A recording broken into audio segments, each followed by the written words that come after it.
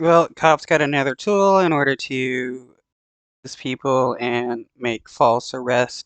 How are they going to determine how much cannabis a person has smoked in like the last hour or whatever, just based upon their breath and saliva? It's not going to work out the way they think it will, because that's just not how cannabis works. Cannabis may be legal for adults here in Minnesota, but driving high is a DWI, and law enforcement will soon test out a new tool that can help identify drivers who are impaired by cannabis or other drugs. It is similar to a breathalyzer for alcohol, but it's saliva-based. Fox 9's Rose Schmidt is live for us tonight. And so, Rose, the goal right now is really to gather data showing how much of a problem this is in our state.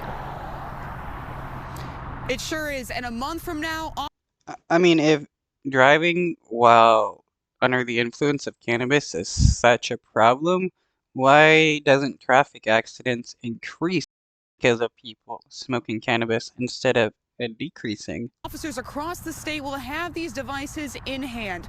The samples, though, will be voluntary, and they will not be used to make arrests or to try to get someone's license suspended.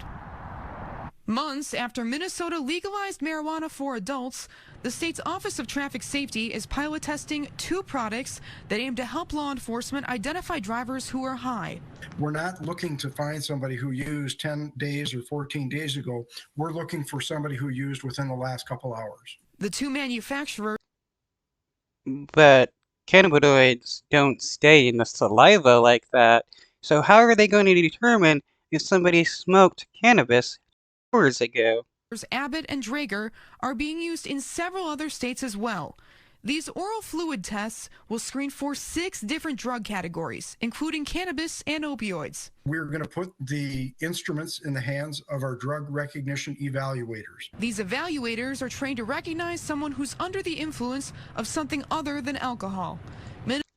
Right, because cops are actually trained to spot when somebody is using drugs, and not just because it's a medical disorder that they may seem like impaired or something. This is bogus. Cops are not trained for anything like that.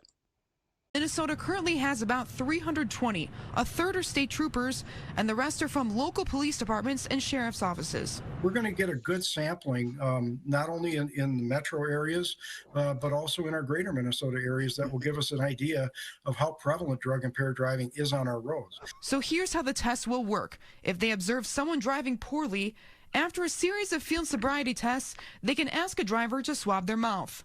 That swab is then inserted into a cartridge, and that cartridge then is inserted into the instrument. Roughly 5 minutes later, you will get your result. Officers aren't looking at quantity, just the presence of a controlled substance. For cannabis, if a driver has Delta-9 THC in their system, that tells the officer they used recently.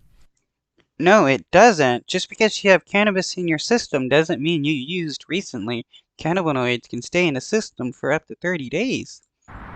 DPS officials will send a report with their findings to the state legislature next fall. Then they will ask state lawmakers to update state statutes so that they are able to use these tests to make arrests in the future.